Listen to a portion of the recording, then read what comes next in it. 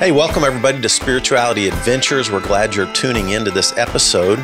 We are a viewer and listener supported podcast, so we really appreciate you listening, watching on YouTube. We really encourage you to subscribe to whatever platform you're using. If you're on YouTube, hit that subscribe button, or if you're on Apple or however you listen to a podcast, be sure and subscribe. We greatly appreciate it. Also, make comments if you like it and share it if you like it. We really need people to make comments and share the episodes that you like. And then also, if you're not already a supporter, we really would encourage you to go to spiritualityadventures.com and you can pick a tier, and we have bonus content for every type of giver. This is a nonprofit, so they're tax-deductible donations, but we do provide bonus content for those who are supporters. So be a part of the team, help support Spirituality Adventures, and we're so glad you're tuning into this episode. Right. All right, welcome everybody to Spirituality Adventures. I am excited to introduce you to Ezgi. Help me out. Karakus. Karakus. Mm-hmm. Karakus. And Ezgi's from Turkey. She actually grew up about 40 minutes from Ephesus. For those of you who know about the Apostle Paul and his journeys to, of course, he grew up in Tarsus and then traveled all around Turkey as well. So anyway, she is a cellist player. And she came to America to study at Marshall University, got her master's, and then came to UMKC and did her doctoral work at UMKC, and has now been living in Kansas City. I met Ezgi through Calvin Arsenia, and Calvin and I have been friends about 3 years. And so that's how I ended up meeting Ezgi. Briefly, and I've seen you play many, many times, but I've introduced myself to you in person once. Yeah, I'm glad you did, and I'm so happy to be here. You bet. Thank you so much for doing this. I was looking over your website, and I mean it's amazing. You have played with the Topeka Symphony, the Tulsa Symphony, Kansas City Symphony, Springfield Symphony. You've even met Yo-Yo Ma and played with him, right, in his master's class. Mm-hmm. And wow, what an amazing career. And you played last year at Carnegie Hall. Yes. And so, and those of you who I've plugged Greenwood Social Hall many, many times, Ezgi, and you can, if you check out Ezgi's Instagram, then you can find out where she's going to be playing, because she's regularly playing at places around Kansas City. So almost every week, probably, right? You're probably playing somewhere every week. I just kind of want to encourage people to check you out on Instagram and show up live. You'll be blessed and amazed. So thanks so much for joining us. Thank you. Yeah. So let's start. I always like to get a little bit of your origin story. Where did you grow up, and what was your family environment like? Growing up, and when did your musical interest develop? And I also love that spirituality for me is about connecting with self and with others and with something greater. However you might define that, so trying to define it super specifically. But did you have any kind of spiritual influences in your growing up years? Those, give us a little flavor of your growing up in Turkey and what that was like. Okay. I'm going to start how I started music, because that was all that was early enough for me to remember. That was the earliest thing probably I remember, because I started music when I was, 11. So when I was little, like 8 or 9 years old, my parents got me this toy keyboard, and apparently, like, I didn't leave that keyboard. I was like trying to make sounds and like see, like commercials on the TV and try to like accompany them or something. Like I was always playing with that keyboard, and my parents finally like they realized that okay, like she might be like really into music. Like let's try something. And by that time I was 9 years old. We had a little in the neighborhood, like kind of music school, but it was only like guitar course, and it was kind of like a gallery space kind of thing. And they were giving guitar lessons, so they signed me up for guitar. I was 9 years old. Every day I was crying because my pinkies were not reaching the chords, and like it was just super difficult for me, and apparently I wasn't happy with it. It was bad. And then they were like, okay, guitar is not the instrument for her, I guess. So then they signed me up for different school for piano. And then I was at that time I was also like learning how to read music, because that was kind of like the first thing I have done, about music. I mean, starting point. And then, I started, but I think I was like looking at my hands a lot when I was, try to memorize things but not read the music. But anyway, it was kind of going actually well. But then that music school closed. And then my parents were like, oh, what are we going to do? And back in time, every week, my parents were taking me to live music concerts just to kind of see like what am I gonna be getting like it, what am I gonna like, because it was kind of like a trying process. They were trying for me to see like which thing I will be really into. So they were taking me every week live music concerts. This was like include like classical music, different ensembles, string quartet concerts, and Izmir, I mean, Turkey is so close to Europe, so we get a lot of European artists come and play in Turkey. So one day they took me to Bremen string quartet concert. They came from Germany, Bremen, Germany, and first time I saw the cello. So I was, I think, 10 years old, maybe 11 years old. Like, I'm like, I mean, first time I think like, I was just like, this is it. So they came on stage and they started playing. I still remember the cellist, like, he has like a fuzzy hair, very like sweet, always smiling, this guy. And he started playing. It was so expressive. And I told my parents, I was like, that's it. I want to play that. And my parents were like, what? Because none of my family are musicians. So fascinating. Yeah, and they were like, oh, we have a lot of search to do, my parents. So then they had to search because it was really difficult to get just a cello lesson, because you were always seeing like piano lessons, guitar lessons, like, on the signs and stuff. So like they had no idea like how am I gonna get, cello lessons.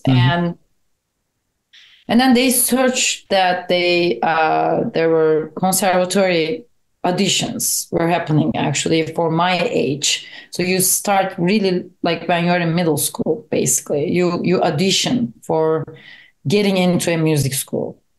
So it's not like in America where you're in a high school band group. It's definitely not. Yeah, this is like I had to prepare for a year for that audition.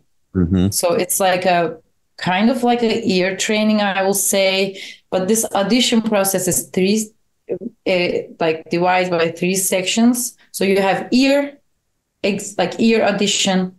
If you pass that, there's rhythm. If you pass that, they call it like physic. Like you basically like after you pass your ear and your rhythm, which you are good, your hearing is good. they put you in a concert hall with your name and age, and all teachers come and check your hands, check Interesting. your like lips, like they ask you if you are right-handed, left-handed, and just kind of try to see which instrument you will be good at. Interesting. Wow. Yeah. So it's a bit of a scientific approach to It is figuring very out a person skill. And it's hard to pass that exam. Yeah. Huh. Like, I mean, hundreds of students, I mean, thousands of students like try that, and then, they kind of like choose the ones I think that, they think that they will have future, because conservatory, like you don't enter conservatory that you want to do this as a hobby. Kind of that mentality, you know what I mean? In Turkey, that's how my experience was. Yeah. So I passed these both rhythm and ear exam audition, and then I was in the concert hall and all these like teachers. It took me a year to prepare that exam, so I was already 12 years old. I was actually late to start a string instrument. I was like 1 year late. Okay. They were kind of starting 11 years old, beginning of like middle school, I guess. So teachers were coming, checking my hands and stuff. And I every teacher comes to me, I'm like, I want to play cello. I was like so committed, I want to play cello. I want the cello. And then all the teachers were like, oh my God, she's crazy. Like she doesn't want even us to look at her. Like, other teachers, like pianists and like, other instruments, they were like, she wants to play cello. She's like refuses for me to look at her. So they go to the cello teacher because, it takes a while. Like everyone, lots of students there in the concert hall. And then they went to the, I think, a cello professor. They were like, there's this girl, she's crazy about cello. You should go look at her, And then he came and he like checked, my hands and asked me questions. I was like, I want to play the cello.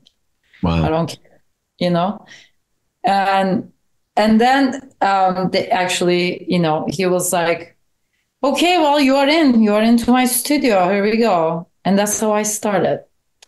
I started my cello studies when I was, 11 at a conservatory. So I was going to different schools that time, but, conservatory is in the college. So like I started going to this college half a day starting when I was 12. Wow. And I had to pass like 2 years in 1 year because I was 1 year, late from them. So like it was for me very intense, like year. But I really wanted so bad. So I just did it all, I was recording everything with a cassette, like you remember the cassette players that you can record? Yes. Like every class, I was recording that and listening to it at night. So then I can pass. Like it was just, yeah. Wow. And so was this you were in this conservatory all the way until you came to America?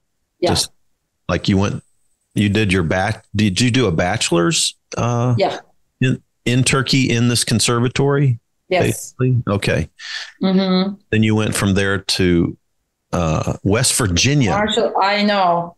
With no English. Before we get to West Virginia, tell me a little bit more about your family. Like, did you have siblings, and did you have any kind of faith or spiritual component to your family background? So I'm an only child. Okay. I grew up. I always like say this. I grew up on the beach, So Izmir is in the west coast, is right across the Greece, actually. So like in some of the actually beach areas, you can actually look at the Greek islands. Wow. And from where I'm from, you can travel to one of the island for like with the boat in an hour. you are there. So it's, for me, it was just growing up on the water was just definitely a thing. Like it was the, I think, biggest thing in my life that I really enjoyed, being on the beach and like playing with my friends. I grew up outside. You know what I'm like, street. Yeah. That's what all generations talk about it. But I think I'm one of them. Like in Turkey, after school, everyone is on the street playing games, like it was not like, oh, we're going to someone's house. No, like we were on the street, we have a ball, like we play, it was just, I feel lucky to actually grow up like that. And in Turkey, we have, not everyone, most of people, we live in the city during winter in an apartment. And then when school is off, like, school is done in the summer, we move to a summer house. And we live there for 4 months, till like, I don't know, from June till like end of September, because the school year starts in end of September, October. So I basically grew up in that, there are like little, like, is that called like villages, like small areas that, everyone has like summer houses and their kid. Like I basically knew these people from when I was 3. So we were on the street playing games, and water, was a big thing. And one of my friends was, she is still like, she's a professional swimmer. So we did a lot of things on the water. We had the a surfboard. They were also doing like surfing, and I tried many times. That's my other thing that I always wanted to learn, and I have lots of surfer friends. That's kind of one of my thing that if I wasn't a musician, I'll probably be a, surfer. But I never had time. So that's how I grew up. And my family, if we are talking about like, spiritual like beliefs or like religion. Yeah. If there's any faith back. Did you have a Muslim or a Christian or I nothing? did not grow up with, no one told me actually like, you are this, right? Which is, I feel very lucky about. So I grew up, my parents reading all the religious books, and I never knew myself that I practice religion, neither my family. So because of that, I mean, now when I see sometimes people, it's not their decision yet, but they are, they're like, I mean, kids, like when I talk about with friends here, they grew up in a certain way and then they don't believe it anymore, right? I'm like, how this works? I always had a hard time to understand, but I did not grow up like that. But in Turkey, when you say like you are from Turkey, anyone thinks that you are Muslim because it's Muslim dominating country. But actually, I did not grow up like that. But no one can actually guess that. Yeah. I mean, I never practiced religion. For me, I think I just respect anyone who believes in something and feels good about it. That's kind of me. But yeah, it's interesting because, like it's a Muslim dominating country. I mean, populations, right. It's Muslim. But I didn't have that experience. But, like religion becomes tradition.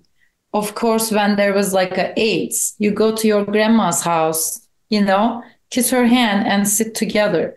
But, we were always doing that. And probably if I go back to Turkey now, I will still do that. Go to a family member older than me and sit together and eat together. It's like Thanksgiving, I celebrate Thanksgiving here, but not because of my religious choices, but just because it's a tradition now. Sure. Yeah. Does that make sense? Yes. Yes. Yeah. So that's how I grew up. Yeah. So just, I think I said this, we did a bonus content talk earlier, but I mentioned to the audience there and this audience that where you grew up, which is really a coastal town. Yes. Western Turkey, which is about 40 minutes from Ephesus, which is, so the Apostle Paul a lot of my listeners are from Christian backgrounds. Mm-hmm. So Paul, this is the country that the Apostle Paul is from. And then when he did his journeys from, Antioch and Jerusalem, he went to Ephesus and then across the Greek. Yeah. So you're literally grew up 40 minutes from Ephesus. When you went to your beach in the summer, you were on the beautiful beaches and you could literally look across the sea and see some of the Greek Isles or the cliffs, right? You're saying, yeah. Some of the Greek islands, you see it, Mm-hmm. I mean, it looks like, you see that like, that's a Greek island, it was always like that. And Ephesus, I actually performed in Ephesus. Oh, sweet. The antique city there. And there is this one section is a library. And they do lots of events there. And I actually performed there. That was really beautiful. Oh, wow. How beautiful. Yeah. It's beautiful. I recommend everyone to go. You will have a definitely on my bucket list. Yeah, it's beautiful. To travel. And there's this little town right near. It's called Şirince, and they call it it's like a wine village, and beautiful, beautiful cabins, like little boutique hotels there, and people actually spend if they go to Ephesus. Tourists, it's very touristic. Like we get a lot of tourists all year around, and they actually go stay there. This little village is so cute and beautiful. It's like a wine. They make homemade, wine there too. So it's beautiful. Amazing. So you grow up in this beautiful coastal city in Western Turkey, and then you finish your bachelor's and move to West Virginia of all places. So I know. Tell us about landing in America and West Virginia. City from West Virginia to Kansas City. How was? I know. So, okay. Give us a little feel for your West Virginia experience, and then bring us to Kansas City. Okay. And then I want to talk about some of your music and some of the projects that you're working on. And yeah. Okay. Yeah. Well, when I finished my college, my first trip to United States was very long. Like it took me 38 hours and I did not have any English. So that was really tough because my flight got canceled. I had no idea what was going on. It was kind of crazy. I don't want to get into that. It's a long story. And then I arrived to West Virginia and then I realized that my cello is broken. Oh no. And I couldn't even speak. So it was really crazy experience for me. I wanted to go back to Turkey right away. My dad had to call the cello professor because I was crying and I was telling him buy me a return ticket. I'm done. That was kind of my you barely landed and you were already yeah. Yeah, I was like, I can't do this. My cello is broken. I cannot speak with anyone. It was very difficult, but I'm glad I stayed. That was my first experience coming to United States, and then everything worked out pretty well. But I think the most challenging thing was I didn't have a cello for a year and a half. It was hard to find another cello. They gave me one cello from school. It was really not a good one. I couldn't really, practice with that. And it was it was tough, but learning English, I have so many stories, funny stories. But anyway, so that's how I ended up in West Virginia, Marshall University. And when I was there, I traveled a lot because I love traveling. So I did like road trip from east to west over 40 hours with all my 5 other international friends, international students that I was hanging out with them. We just decided one day, let's do it, in a Christmas break. And, I have seen more different states, places in the States just because I wanted to get to know other than just being in one place, just get to know like how this country, like what are the other places in this country that so I traveled a lot. And I think learning English, like I didn't know English. I had to I was really shy, to even like speak, but I had to break that to be able to survive and learn. I mean, actually keep going. So I had to do that. So I joined a gypsy rock band in West Virginia. Like I didn't even have English yet. And I mean, I don't know what am I doing. I'm classically trained.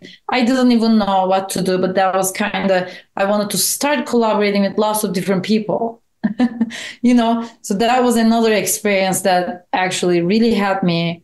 These people, I still talk to them. They are my friends. They helped me a lot for my English, everything. So, what kind of band was it? It was a band of. Yeah, it's a gypsy rock band. It's called Quite. Gypsy rock band called what? Quite. Quite, like It's Quiet. Quiet. Quite. Mm-hmm. Okay. Yeah, and they still, I mean, people, that band would perform with West Virginia Symphony. Like they are known in that area, And we were always like driving, doing like road trip and playing somewhere, like hippie houses. Oh my God, like in the forest, middle of nowhere. I mean, it was crazy, but it was a great experience for me. I met lots of people and I kind of like get over my, being shy. Like I was like, it's okay to have broken English, but I'm trying. At least I'm trying. So I had to kind of get over that little bit. And I'm glad I did. They helped me a lot as well. So it was really fun time actually being there, Nothing like a gypsy rock band from West Virginia to introduce you to America and help you learn. I know. It was awesome. Like I was just like, wow, I think I did it right. And I mean, I was very also like, I was always, I think, good student, like, because, cello, I mean, I'm studying what I love. So like, I was always, practicing a lot, try auditions, of course, competitions and stuff. So it was really good experience for me. Also like traveling when I was there was really good just to see a little bit the country. Anyway, I finished my master's there. And then my parents thought that I will go back to Turkey, but I was not done. Like I wanted to do more because, I kind of considered that time for my, like, I was, I felt like a baby. You know what I mean? I didn't even know how to order food. Like, you have to learn everything from scratch, like everything. You gotta kind of like build everything by yourself, even though I was 20 years old, 21 years old, So I felt like that was the beginning. And I kind of like, I passed that and I wasn't ready to go back after that. I was like, I think I need to do something more, That's how I felt after that. So I decided to audition for doctorate studies. And I applied for 10 schools. Wow. Yeah, but I could not audition for all of them, Okay. Just because financially it was going to be really expensive. like traveling with your cello, get a hotel room, hire a pianist, everything. Like just for one audition was going to be super expensive, and I applied already 10. I got invited to Louisiana State, LSU.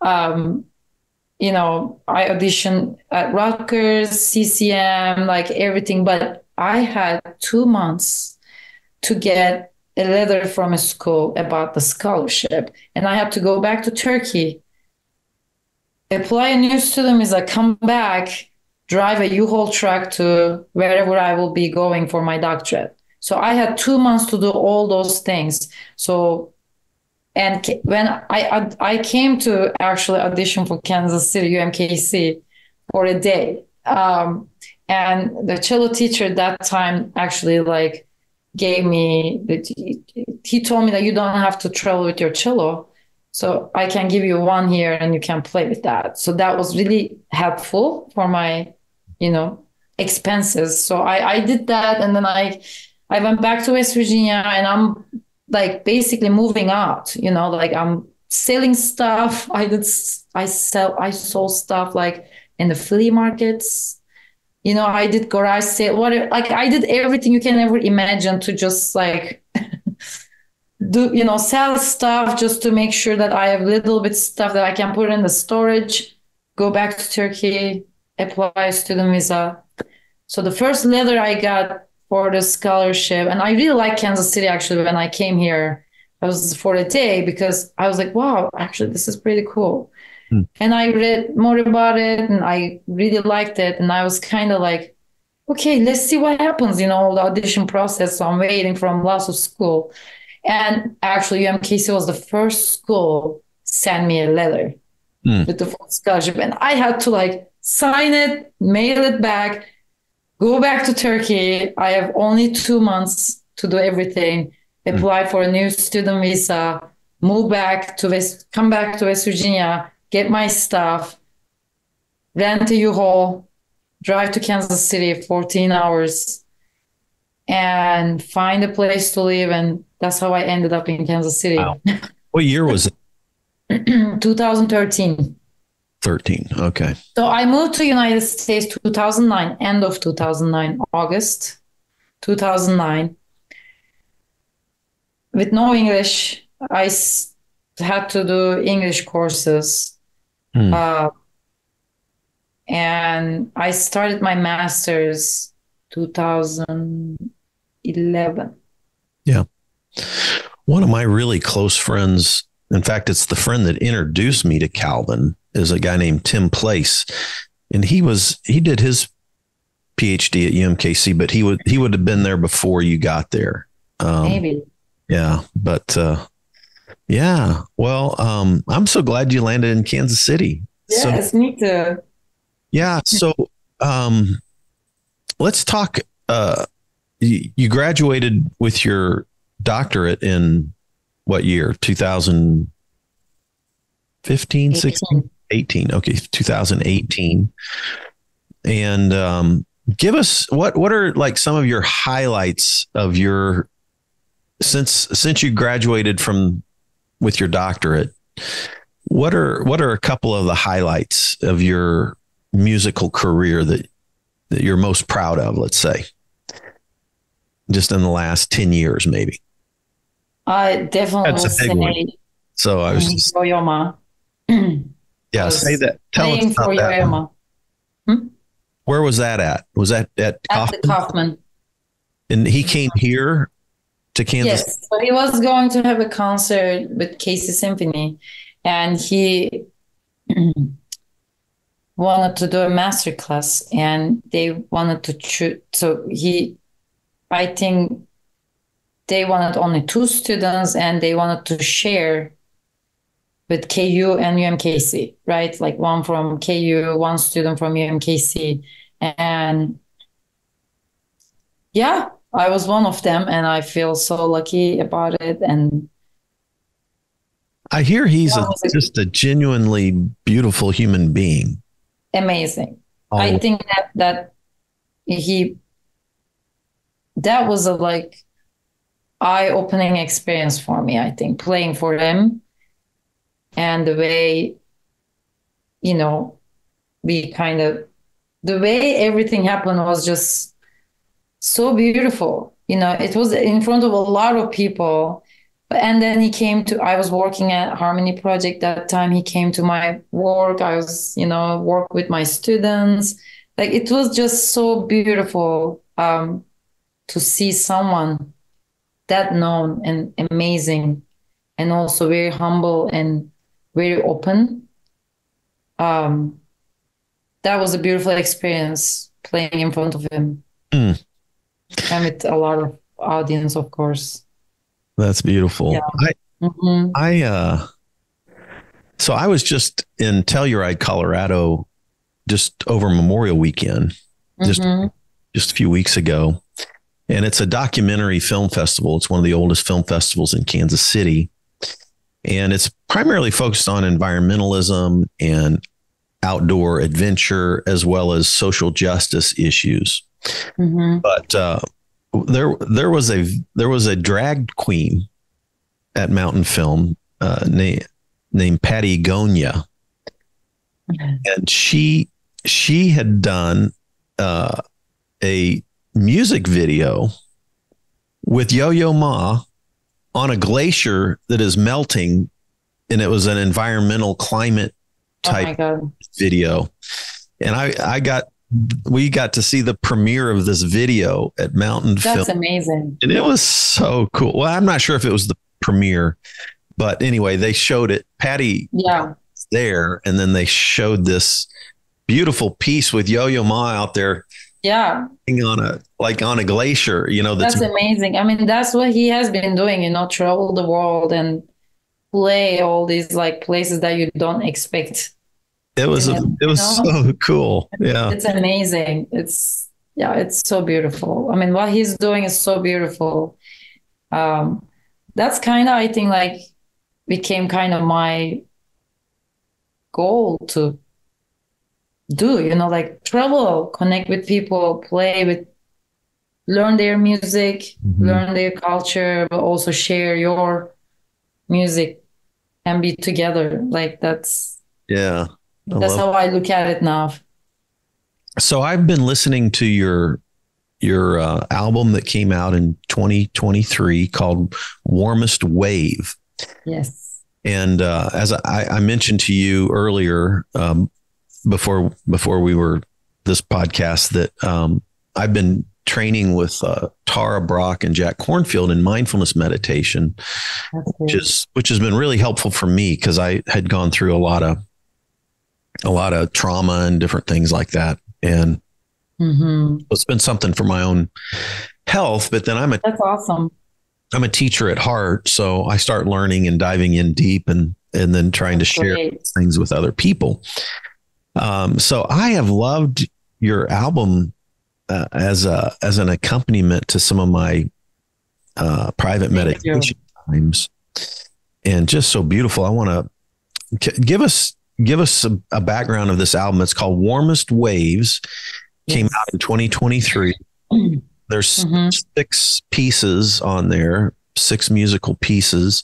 All of them very contemplative, very meditative. Yes. And I noticed so it was interesting to me too, because you said you grew up, you love the ocean, right? And there's so many audio, like the audio of waves or a regular feature through. I'm curious. Tell me a little bit about how you put all that together, and where did all those sounds come from? Did you actually sample sounds, or did you go and record them live? That's always interesting to me how you. Okay. So when I was in Bolivia, 2022, that trip that I went to, and I was in Salar de Uyuni, and I have seen beautiful, very spiritual things in Bolivia. And Bolivia is one of the actually poorest country in South America, but the happiest. Okay. So when I experienced that, I was just like, wow, like there are so many worlds out there, and how thankful people, for like little things you can be so thankful for, but we forget about everything. Like when we just work, projects, goals, do this, do that, and then you don't actually realize that you don't.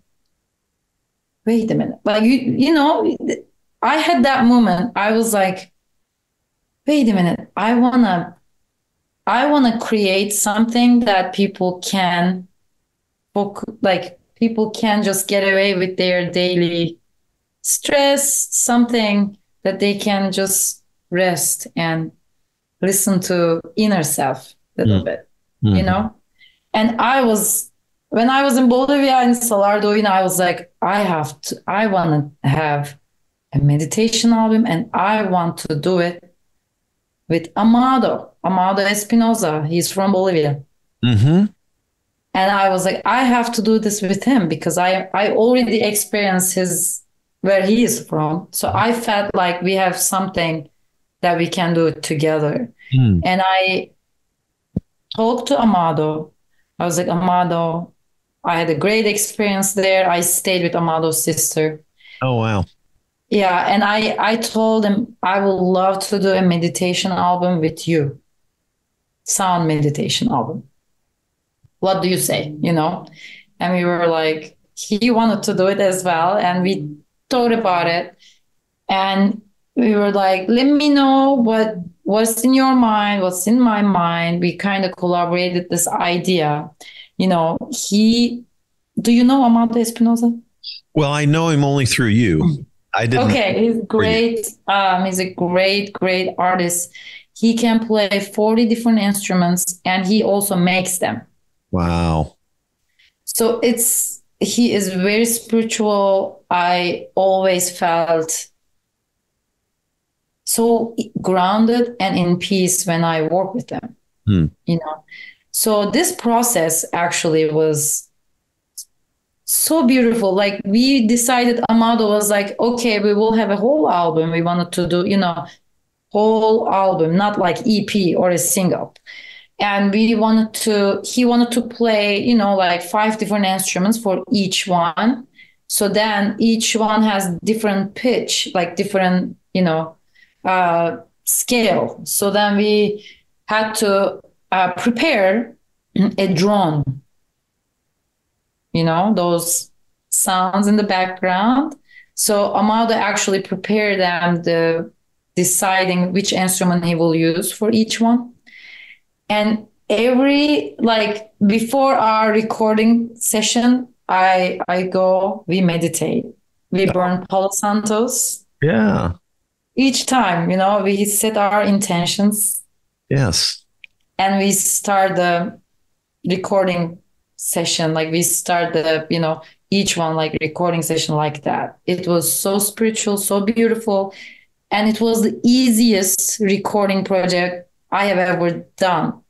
In a way, what I'm saying that because recording projects can be super stressful.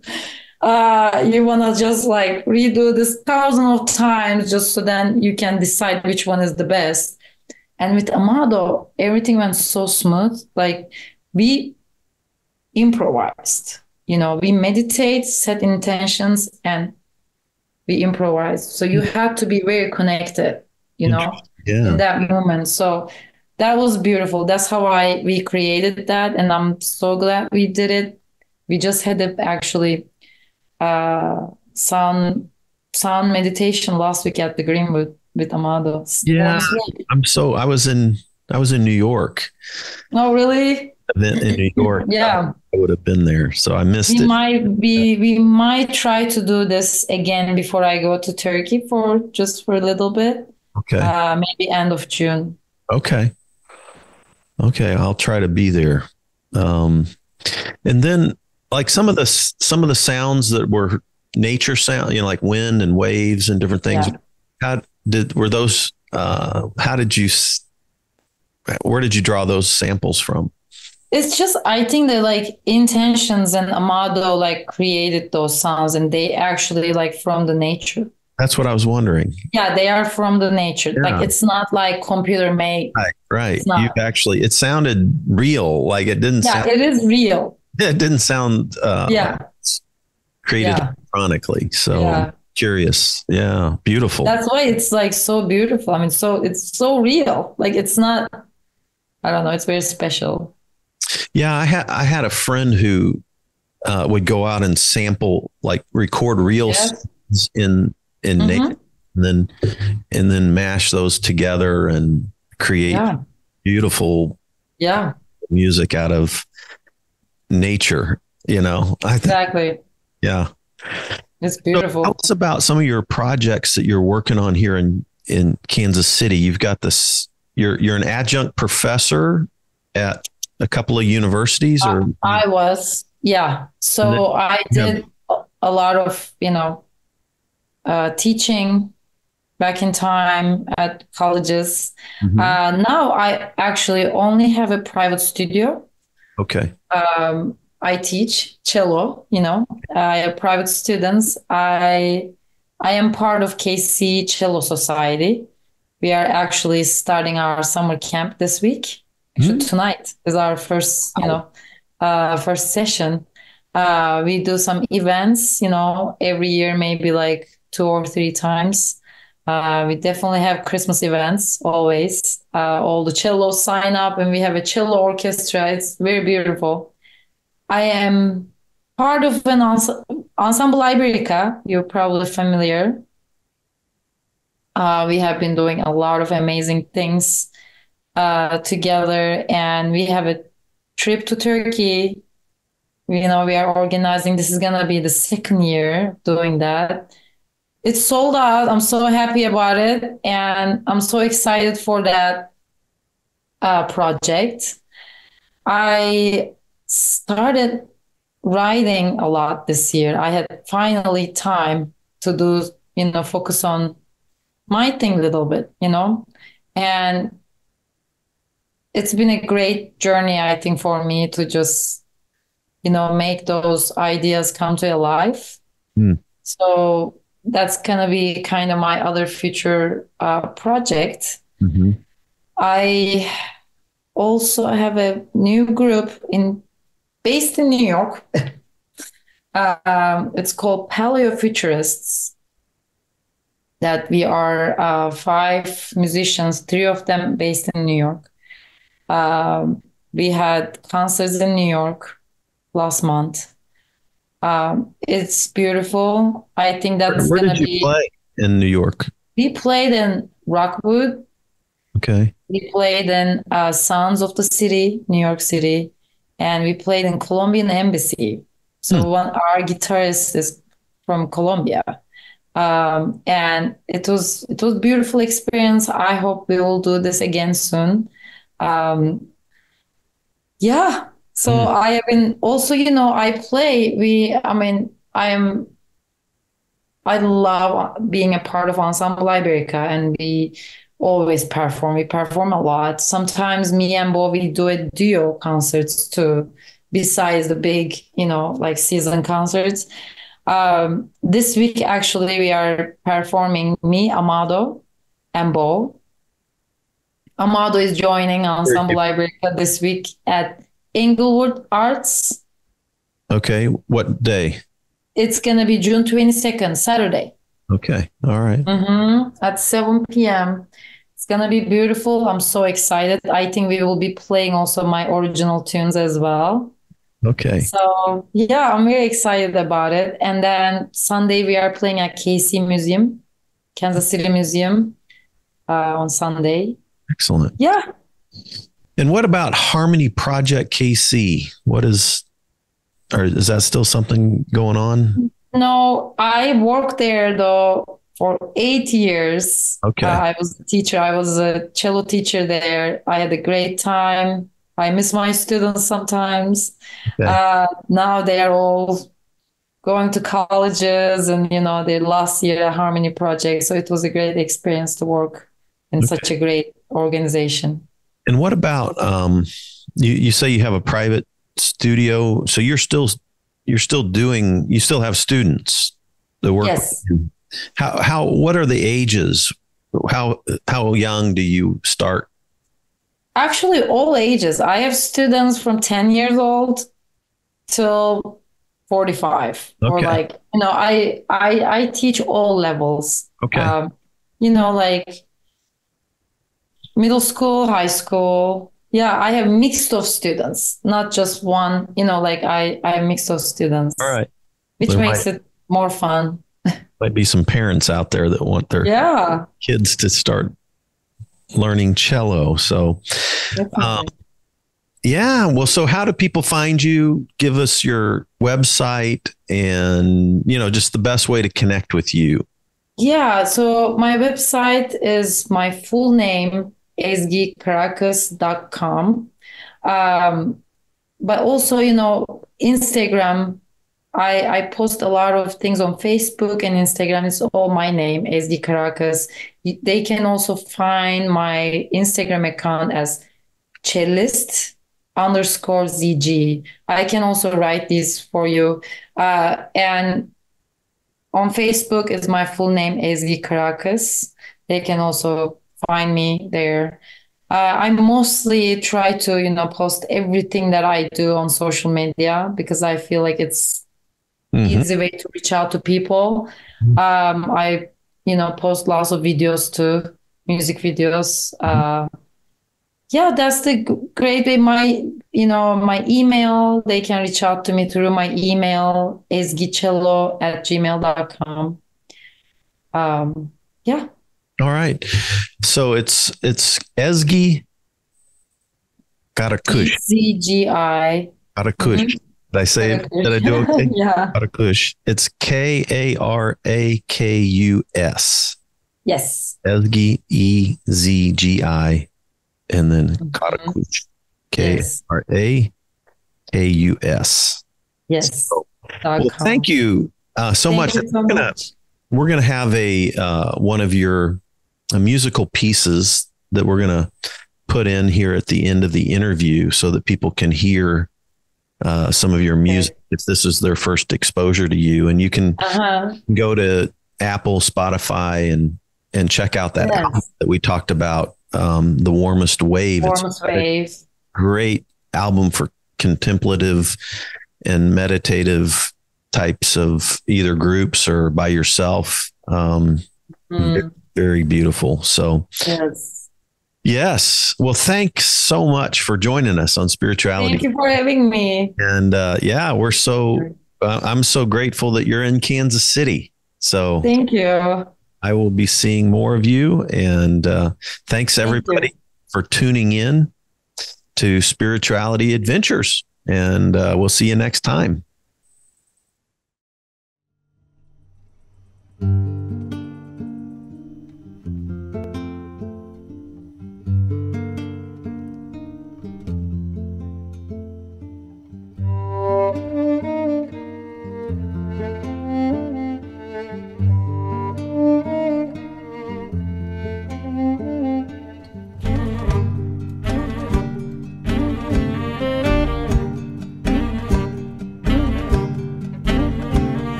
Aşk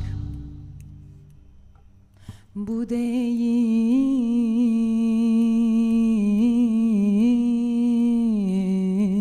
yapma güzel.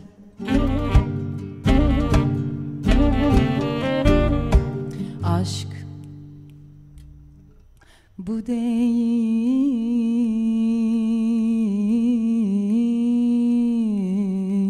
yapma güzel.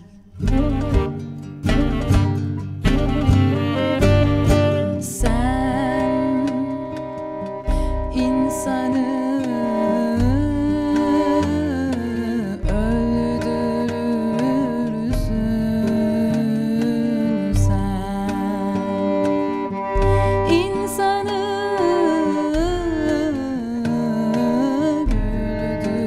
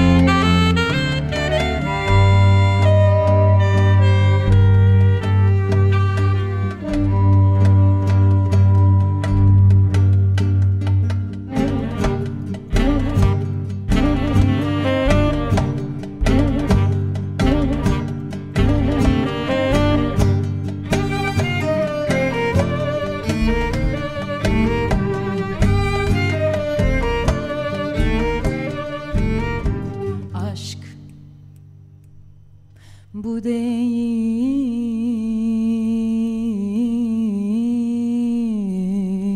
yapma güzel.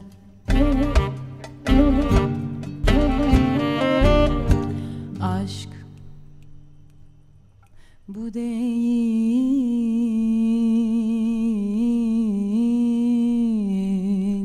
yapma güzel. Sen insanı öldürürsün. Sen insanı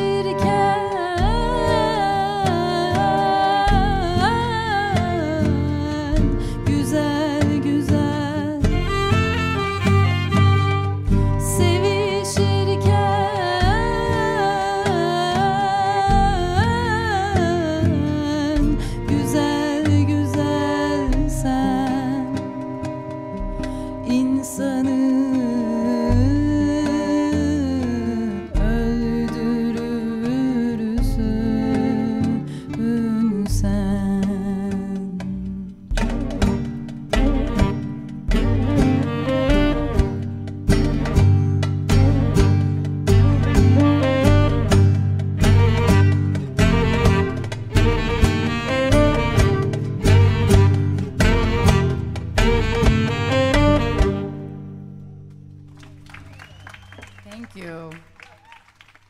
Thank you. Hey, you made it to the end. Thanks for listening all the way through on this episode. By the way, if you're not already a supporter, go to spiritualityadventures.com, sign up for one of our monthly supports, and you will receive our bonus content. You'll receive lots of interesting information about our guests. Many of our musicians will do special bonus songs and record a song. So I want to encourage you to do that. Thanks for listening. Thanks for watching. Be sure and subscribe. Be sure and share any of the episodes that you like. And be sure and make comments if you like them as well. This helps us get Spirituality Adventures out there to more listeners, more watchers. So whatever platform you're using, subscribe, like, share, make comments, and go to our website, sign up for our team, and be a part of the team support. Thank you so much, and we'll see you next time.